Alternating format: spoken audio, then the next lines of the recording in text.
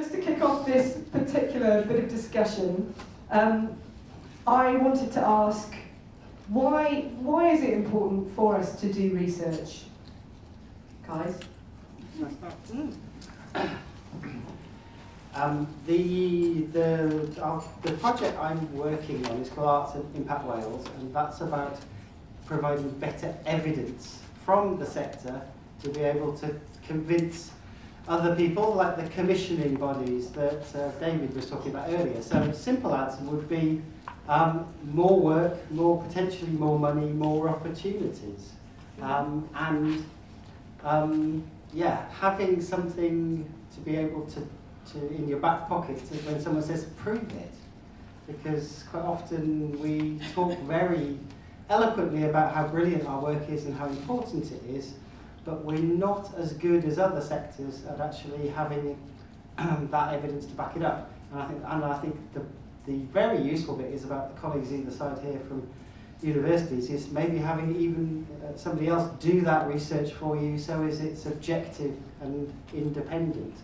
And it's not, therefore, I suppose, well, you would say that, wouldn't you? Because you come from that sector, so obviously you do think you're great. So more money, maybe.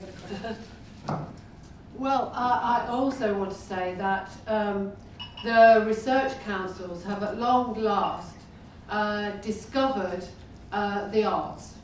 I know this might seem strange, but in the social sciences, they have actually decided that it is possible to understand and know things working together with artists. This has opened up research in a very, very important way, because not only has it allowed researchers to work together with communities to co-design and produce research together, but there's been a move which has been very radical for the research councils actually, to open up the possibility of making research interesting, fun, playful even, that ordinary people might want to join in. And so I think as part of the recognition that, what you were saying, Richard, about actually having information and demonstrating things to funders, also the funders are coming round to precisely the sort of thing that people in this sector are interested in. So this is a very, very important moment to develop possible partnerships with the traditional research sector, actually, and community art. Just to, I think just to build on that a little bit, I think the onus here is... Dave, just do that. Yeah, okay. Sorry, I'm used to doing this. The onus at the moment, I think Valerie's quite right about the possibilities, but I think possibilities come and go in terms of funding, and priorities and fashion change very much. And I think one of the important things to do at the moment is to really think about how to better link research and practice. Because over the last 20 or 30 years, there's been a gradual kind of separation of these two things, that a lot of the research is driven by imperatives forced upon academics by either funding bodies or by universities, and that's increasingly the case. There's an awful lot of research done that's, you go, well, okay, fine, what'd you do that for? And it turned out they did it because somebody needed a contract, and I've gone through this too. Or the university was pressuring the academics or whatever. So all of these different pressures result in attention being shifted on how to develop this link between lived experience and theorisation. And as I said, over the last 30 years, there's been a lot of jargon introduced into, especially Foucauldian jargon, which promises a lot more than it ever delivers. And you know, typically those sort of books, so the first chapter will tell you what they're going to do, and the rest of the book spectacularly fails to do it. And this is like pretty consistent. So, I mean, one of the things that Valerie and I have been working on is how to make this research relevant to practice. So the two things can kind of move back and forth between each other and feed each other in a manner that I think is, well, maybe utopian, but it would be better if it was like that. I mean, I work in the area of community, and to be honest, academics hate the word community because within their theoretical framework, they can't actually conceptualise it, and that's a fact. So they don't really, you know, community and the state are the two things that they can't conceptualise, and within that existing paradigm, they can't even extrapolate from one research project to another research project, precisely because they're all using different methods, they're using different terms, no one quite knows what the terms is. So we've got a situation at the moment where I think the bulk of the research is done for reasons that aren't linked to the practice of artists like yourself, and a lot of it, well, you know, if your mum reads it, that'd be great, you know. So I think it's very important that the community artist set makes demands on the researchers. Sorry. Yeah, well, I'll just, I'm sure Wendy's going to say a little bit more about this idea that research is only about funding and proving things. I think that research can be about a lot of different things, but just to throw in my sense from, again, why should we do research, from the project we've been working on for the last 2 years. For me, I think the research has actually really helped the artists to enable them to explore what they really want to know about in ways that's meaningful and important to them. And it's this idea that research is kind of out there or over there or at the top of a kind of a pile of things. You know, it's academically proving things, and it's not necessarily the way that research works. And just from, again, why should we do research? I actually do think that research can actually help understanding not just of your practice, but actually help you to learn more about what you really want to learn about, not just what you're being told to evaluate. And that's why I think we should do research. Yeah. So I think just the point I'd like to make, because everybody's made really interesting points here, is perhaps what we should be asking is, what was the question? What is research? So actually, who are we researching for? The who question, not the what. Because research isn't some kind of monolithic animal that, as Leah said, that's out there, that's only done by academics. Research is done by all of us, whether you're an artist or a writer or an academic or a designer. You know, you have to research because it's that continuous process of thinking about what you do, about iteration, and about finding evidence by tuning in to what's happening. And it's not about writing things down, and I think we need to be thinking about other ways in which we develop our evidence, particularly looking at just real, genuine, authentic observation and really connecting with people, and not always trying to find the words to explain it, but finding other methods. So I think my contribution is it should be more about who, and that means that research needs to be flexible. It's not monolithic. It's different things to different people, and that's the discussion I think we should be having. Mm-hmm. Experiences from the floor or comments from the floor. Who is doing research? Who is finding research easy? Who's finding research difficult? Who doesn't care about research? Come on, guys. I know you're out there. Well, I mean, I agree with Wendy. I think as an artist, we're constantly, I certainly am constantly researching, whether that's to do with, you know, my own personal practice or my practice as an artist working in participatory arts. It's about learning, and I thought that was quite interesting because that's when you asked the question, and you know, people started talking about what it was, I thought it's about learning, it's about further learning. Yeah. You know, on whatever level that takes you, whether that's about evaluation or about, you know, how art works within a community context or whatever. Yeah. The reason for doing the research is learning. Is learning. Yes. Thank you, Louise. Yes, Kate at the back. I think there's an awful lot of people in this room who are Shall I bring you involved in this? research. If you're involved with the Lead Creative Skills programme, that's action research. That's what it is. We're all involved with research, the way that we work. We might not recognise it as such, but that is what it is under the time. Yes. Yeah.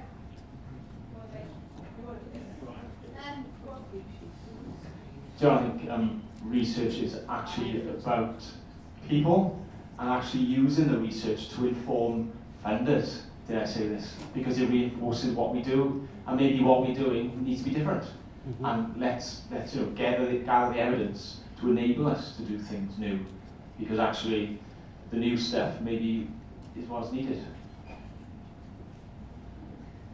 Anyone else? I think participatory practice is not about necessarily being a leader. It's about always being on that journey of not here to teach you, I'm here to learn with you.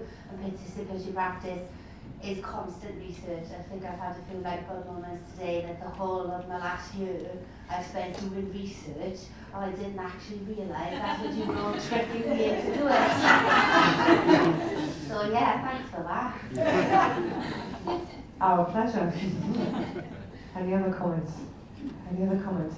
So, making it useful, making it into something that is for us rather than for funders, for academic organisations. So, but does it need that stamp of approval? There was, you know, what I was interested in what Richie said, which was, you know, we're very bad at proving what we do. We're very bad at having the evidence, and you know, there's always this thing about the fact that we're woolly and that we can't really prove what we do properly, and so then how can we use arts for arts and health, etc. So do we need that stamp of approval? Do we need that university stamp of approval, or do we need to get better at articulating what we do?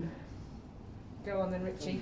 Well, I don't think it's necessarily that we're so bad maybe at looking what we do. I don't think we're very good at sharing. I mean, when we come together here, we talk about sharing our knowledge and collective practice, but when we're not in a conference or not in a workshop environment, where do we easily go for other information to back up what we do? And I think that's probably one of the things that we're trying to do in our project, is very simply say, have one very simple place to go to online, one simple portal where if you want to check about who's been doing good work in a particular area in terms of participatory practice with a particular social outcome, you can look there. It doesn't mean all the projects that are up there will necessarily have achieved what they want to do. They might not achieve what they want to do at all. So maybe it was a health project, but they consistently failed to achieve the health outcomes, but at least we can learn more quickly. So I suppose it's a phrase that another colleague that I work with in the education sector comes up with, which is knowledge is milk. Anyone heard this phrase before, why knowledge is milk? Make bread with it. You get it from a cow? As a vegan, no, I would say. No, knowledge is milk because it goes off by the end of the week. So the basic logic is we need to share our knowledge much more quickly. If we share very quickly what we know, other people will share that with us. And then we all learn much more quickly, rather than this principle of, knowledge is my sort of USP to separate me from what everybody else knows. That differentiates me. So if we share our learning, which from my perspective is about sharing our evaluations and our outputs and our measurements, and our successes and our failures, but in a way that we can get to them very quickly. Because I'm not being rude again to my academic colleagues here, but we haven't got time always to read the whole thing, even to read the exact summary can sometimes be too onerous. But 3 clicks on a website to say, okay, tell me the best 3 projects that dealt with obesity using arts in Wales in the last year. Search, click, and then obviously you can read about the information more quickly. So I suppose all we're trying to do is to become a repository, a place where knowledge can be. But obviously if you guys don't do the measurement and don't share the knowledge, then we obviously building the portal is pointless. I just wondered, when you said Come back best to you. project, it gets complicated, doesn't it? Because how you measure quality, what's best. That's tomorrow. Sorry. Yeah, quality principles, but this is about what's best. Who's the arbiter of what's best if you've got 3 best things on your website? Okay. Describing. Okay, so yes. I can answer that, but I'll leave it for now. Yes, I think you should come and be part of the user testing group. Well, I mean, I was just thinking of following up that conversation because actually I'm assuming that many of you are involved in projects where you have to apply for funding for the work that you're doing, and often the funders require some understanding of evidence, and evidence, people are always going on about the evidence base, so how do you provide what the evidence base is without actually having to succumb to some notion that evidence is a load of statistics? So you've had 20 people in a dance class, you can't do big numbers because you haven't got big numbers. You've got to do something else, and I think that's why it is important to think about. That's why I was wanting to stress the way that the research councils are opening up, because in fact what these funders want to know is, well, it's a version of what you're saying, Richie, that what works, what works, how do we know that it works, what, you know, they're always going on about impact, as you know, so what impact does it have? So how can we use arts-based methods to actually demonstrate that something has worked? And that also depends on the assumptions we're making. It isn't just about doing a load of numbers or counting. If you want to start by understanding what a particular group has got out of something, then there are many, as I'm sure you all know, many creative ways to find out what people's views are. You know, you can ask them, you can make them into, they can make a film, they can do all kinds of things. And so I think one of the research conversations that we need to have with the funding sector is precisely how to open up that sense of what counts as evidence, what counts as who knows, what counts as what the people on the ground are actually saying and asking for, and what counts as value and evaluation. That conversation has got to be opened up. And you think they're open to having that conversation? I do. Yeah. I do. I think at the moment. Yes, I think they are. Yes. Could I just say something? Dave, go on. Yeah, I just think. 2 seconds. I just think that we also need to be really clear. We don't want to get into wishy-washy terms here, and a kind of every form of research is the same. It's not the same. If you're researching for like the work that you're doing as an artist, that's one thing. Doing the sort of research that you're talking about putting on portals and Val's talking about as what funders want, that's something else. And they both have different criteria, and you need to respect different criteria for those sorts of things. That currently, and there've been very little micro research for a long time, and most of it cannot be extrapolated.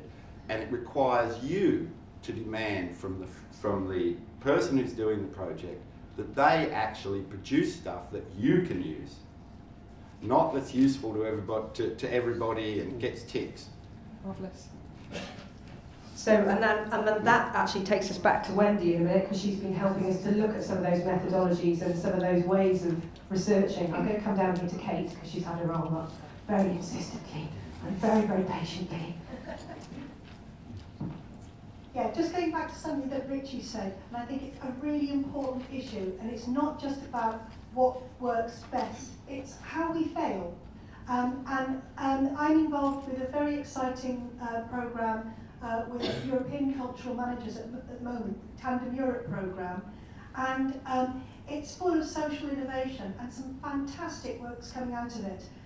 But one of the sort of maxims that we have in Tandem is failing better, and actually understanding what works, understanding what doesn't work or why it hasn't worked. And I think sometimes we're driven by research, obviously for getting funding bids and things like that together, but and we're overemphasising stuff that works. It's actually, we really have to understand about what doesn't work and how to fail better, and the learning that results from that. Thank you, Kate. Yes, that's a really, I think this is the thing, sometimes with the work that we do for funders, is we are kind of too safe and trapped into the good news stories because they are our funders at the end of the day. And so we don't want to jeopardise that relationship. Innovation is also about risk. Yes, absolutely. Any other comments from the floor? There's Prue. I just really apologise because I came in a bit late, so I apologise if this is skewed. But have we clarified in this discussion the difference between research, evaluation and evidence? It's massively important, especially in health, because if we're doing research, well, we've got a hill to climb. If we're doing evaluation, that's something very different. Yes. Yeah, that's true. Yes. Yes. And obviously, you know, what you've touched upon there is that each sector has their own approach to things. So, you know, we heard Nick talk this morning about the work that he was doing in creative care plans, and you know, that I think the context that you're in and the conversations that you're having are very different depending on that context that you're in, and you have to be really mindful of that. Other comments? I'm sure Catherine's got a comment. I'm just going to walk past her. Anyone else? From the floor. Anyone else from the panel? Yeah, well, I just think that the point that Prue made is really, really important. And when we pitched for this research project to Rhian, I think it was really very much, our vision was around evaluation is very empowering. And research maybe being something that's considered to be top down and something that somebody else does. Whereas in actual fact, when we met people, when we talked to people, and it's back to the comment I made earlier, that we kind of are researching, so there are definitions and distinctions. But the idea of evaluation is really, really helpful.